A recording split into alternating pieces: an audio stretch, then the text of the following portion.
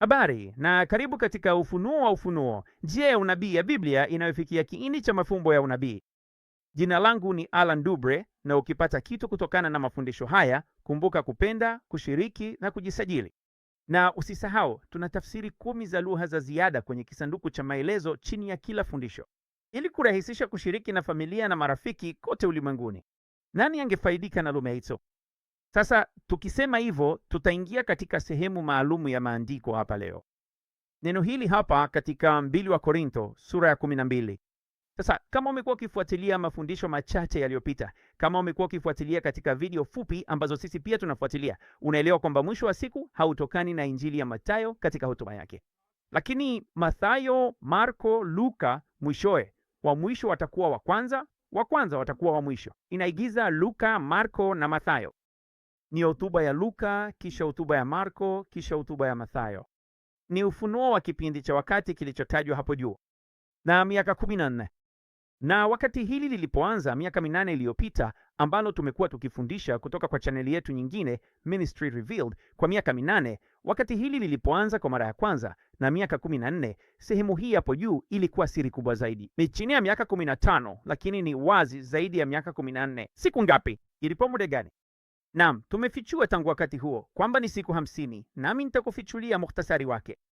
Hizi siku 50, sehemu hii ya juu imeunganishwa na mafundisho ya Luka, wakati mafundisho ya Marko ni miaka 7 ya mihuri na ya Mathayo ni miaka 7 ya tarumbeta. Ni ile sehemu ya juu katika miaka 14. Sasa wacha nikuonyeshe mfano. Tutapitia kama mifano mitatu ambapo tunaonyesha hii siri ya sehemu ya juu ya muda. Katika Injili ya Yohana, nakumbuka nisipotaja sura niliyo ndani, angalia upande wa kulia. Katika Injili ya Yohana, katika sura ya 20, Yesu anafufua. Na huo ndio mwanzo wa siku 50. Yesu anafufuka, na nini kinatokea? Maria Magdalena na Mora anasema, usiniguse, sijaenda kwa baba bado. Kwa hivyo anaenda kwa baba, na kisha nini kinatokea? Anarudi siku hiyo hiyo jioni. Anapofanya hivyo, anakutana na mitume na anawapuluzia Roho Mtakatifu. Kisha nini kitatokea? Bwana anaondoka. Na Bwana anapoondoka, anarudi tena siku 8 baadaye. Na sasa hapa ndipo Thomas mwenye mashaka anapomgusa na kuona kwamba ni Bwana kweli. Kwa hivyo umekuwa na mwanzo wa siku 50. Anapanda juu. Kisha anarudi kwa muda mfupi. Ameondoka kwa siku 7, anarudi siku ya 8. Kwa hivyo ulikuwa na siku 50 zimeanza. Anarudi siku ya 8. Na kisha tunaenda wapi? Kisha tunaenda kwenye Injili ya Luka katika sura ya 24. Na tuna hadithi ya hawa wawili njiani kuelekea Emau. Wanatembea na Bwana, hawatambui kwamba ni Bwana. Wanaenda kukaa na kula pamoja na Bwana, naye anakaa na kuwahudumia. Kisha anatoweka. Kisha anaonekana tena kidogo baadaye. Na anapofanya hivyo, anawafunulia katika mstari wa 45 wa Luka 24, anawafunulia ufahamu wao ili waweze kuelewa maandiko. Halafu anawapa agizo lao. Inaandikwa na kwamba toba na msamaha wa dhambi vitahubiriwa kwa jina lake miongoni mwa mataifa yote, kuanzia Yerusalemu, nanyi ni mashahidi wangu. Utagundua kwamba katika Luka, Marko na Mathayo, wote watatu mazungumzo yao ni tofauti.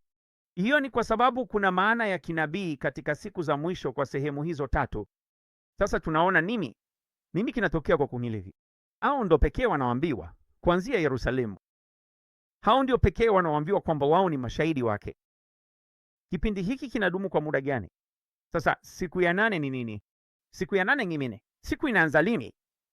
Ni mwanzo wa siku 40. Unaona, kilichotokea ni kwamba tunaenda kwenye Matendo sura ya 1 na tunasoma kwamba tayari alikuwa amewapaka mitume mafuta kwa Roho Mtakatifu, na inasema na alijionyesha mwenyewe kuwa hai baada ya mateso yake, kwa uthibitisho mwingi usiopingika, akionekana kwao kwa siku 40, akizungumza mambo yanayohusu ufalme wa Mungu. Kwa hivyo una 7, na kisha siku ya 8 huanza siku zake 40. Mwishoni mwa siku 40 zimebaki siku ngapi? Karibu siku 3. Na hivyo ndivyo tunavyoona katika mstari wa 5. Kwa maana Yohana alibatiza kwa maji kweli, lakini nyinyi mtabatizwa kwa Roho Mtakatifu baada ya siku chache. Sote tumeambiwa kwamba hii ni siku 10. Siku 10 zingekuwa nyingi. Wamekosa hiyo. Ni siku 50 huanza. Anarudi siku ya 8. Siku ya 8 huanza siku 40 na haibaki siku nyingi ambazo ni kama siku 3. Na nini kitatokea? Basi ni upako wa Roho Mtakatifu. Na Roho Mtakatifu ni picha, kama vile Kristo alivyobatizwa ni picha ya njiwa. Basi acha nikuonyeshe mfano mwingine mzuri. Mwanzo sura ya 7 na 8, ambapo siku katika unabii zinaweza kuwa miaka na pia zinaweza kubaki kama siku tu. Tazama hii kwenye mstari wa 4 wa Mwanzo 7. Kwa maana bado siku 7, nami nitasababisha inyeshe mvua siku 40 na usiku 40. Unaona picha hapo ya bado siku 7. Mstari wa 10 unasema, ikawa baada ya siku 7. Je, baada ya siku 7 si itakuwa siku ya 8? Umekisia. Na kisha ni nini kinachoanza siku 40? Unaona jinsi hiyo inavyofanya kazi. Sasa angalia hili. Tuendelee na hadithi katika sura ya 8 katika mstari wa 6. Na ikawa mwisho wa siku 40. Kwa hivyo sasa zimebaki siku 3 tu. Na angalia tunachopata katika picha ya unabii. Kutakuwa na kunguru atakayetumwa. Na kisha njiwa anawakilisha nani ambaye angetumwa kumfuata kunguru? Ingemaanisha Roho Mtakatifu. Basi nini kinatokea baada ya siku 40? Kunguru anatumwa kwanza. Unataka kuona kunguru anawakilisha nini? Katika Mwanzo 8 mstari wa 7 kwenye kamusi ya Strong, neno kunguru linatokana na rangi yake nyeusi, linamaanisha Mwarabu. Mwarabu ambaye atazunguka Yerusalemu na kuleta uharibifu wake.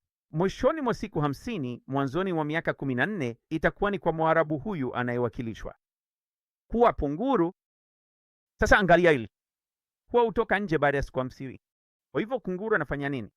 Mwarabu huyo kwenda kuizunguka Yerusalemu. Huwa atapaka mafuta katika kile tunachokiita Matendo 2.0, kundi hili la wafanyakazi wa masalio kwa ajili ya Bwana. Kisha wataondoka Yerusalemu kama ilivyosemwa, na kisha kunguru ataleta shambulio la uharibifu mwanzoni mwa miaka 14.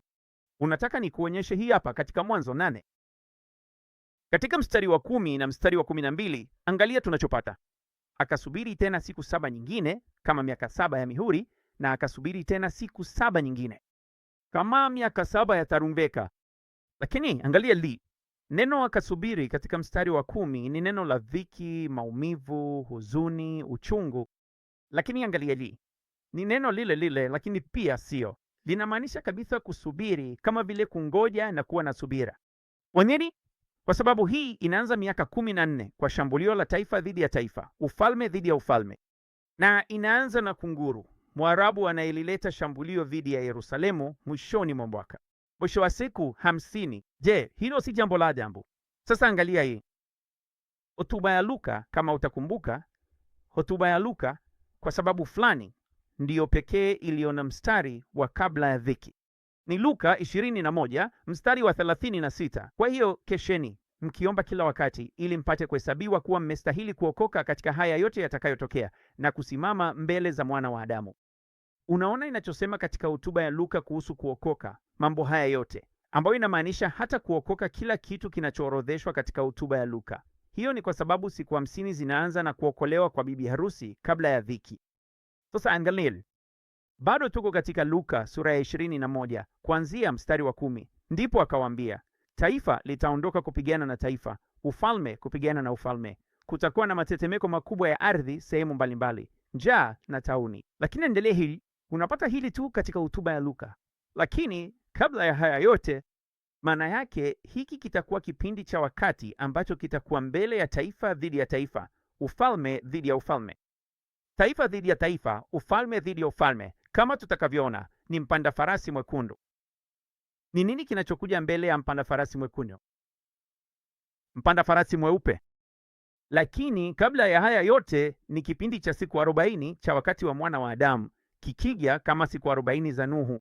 Hata nikuelesha katika Luka sura ya 17 kuanzia mstari wa 24 inasema, kwa maana kama vile umeme unavyotoka mashariki, hiyo si kabla ya dhiki.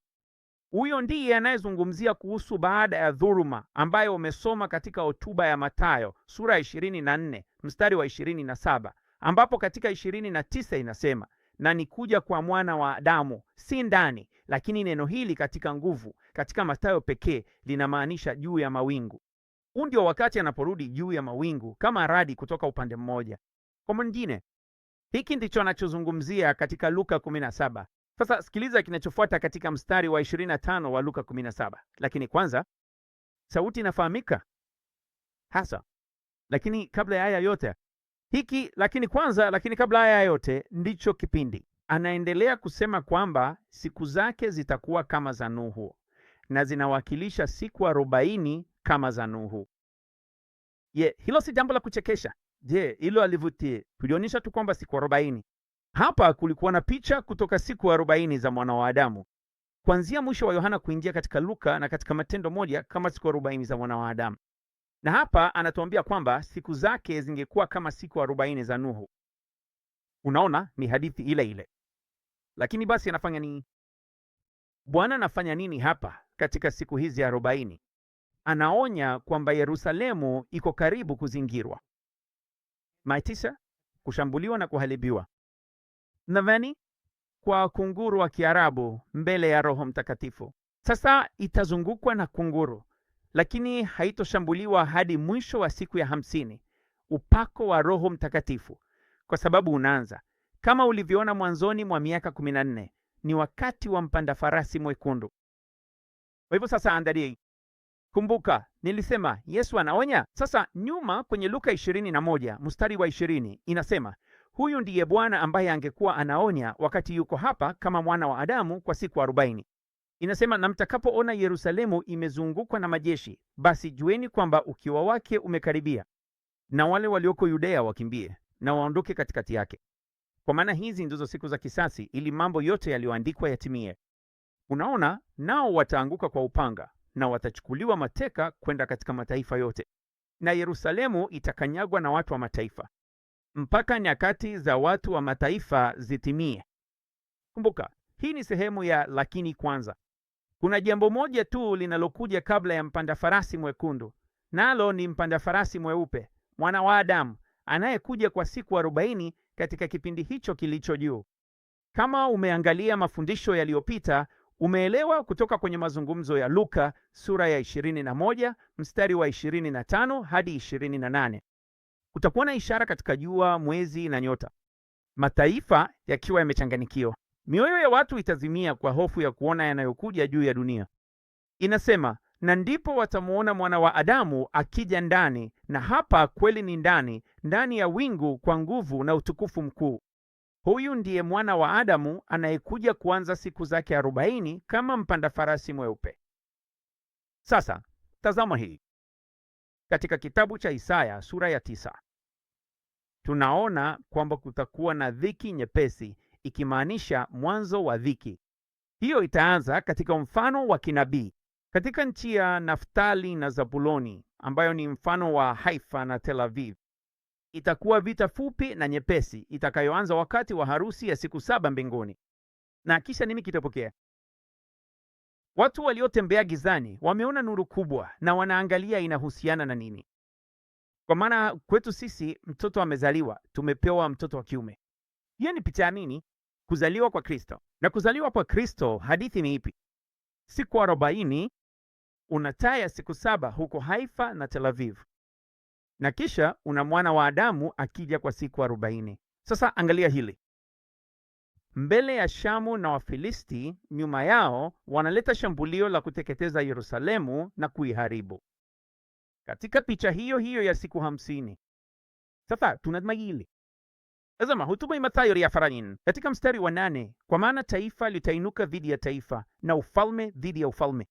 Akura. Lakini kwanza, kwa nini? Kwa sababu hili ni taifa dhidi ya taifa, ufalme dhidi ya ufalme. Hilo linaanzia kwa mpanda farasi mwekundu. Inasema kwamba itaondoa amani duniani ili wauane, nao wakapewa upanga mkubwa. Ndugu na dada, ni kipindi kilichotajwa hapo juu cha siku 50, cha siku 7, siku 40 na siku 3 kabla ya mpanda farasi mwekundu. Na taifa dhidi ya taifa, ufalme dhidi ya ufalme, miaka 14. Naomba ikubariki. Mungu akubariki. Kwa heri kwa sasa.